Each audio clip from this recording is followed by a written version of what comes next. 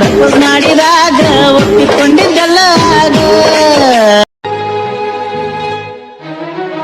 ಚಂದ ಮಾಮ ಕೈ ಚಾಚಿದ ಬಾರೆ ಎಂದು ಗೋಳಾಡಿದ ಇವನ ಬಿಟ್ಟು ಹೋಗಲಾರೆ ಊಹು ಎಂದಳು.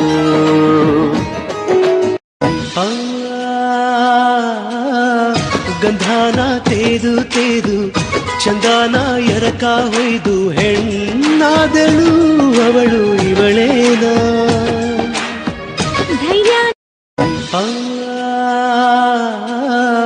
ಗಂಧಾನ ತೇದು ತೇದು ಚಂದಾನ ಎರಕ ಹೊಯ್ದು ಹೆಣ್ಣಾದಳು ಅವಳು ಇವಳೇನ.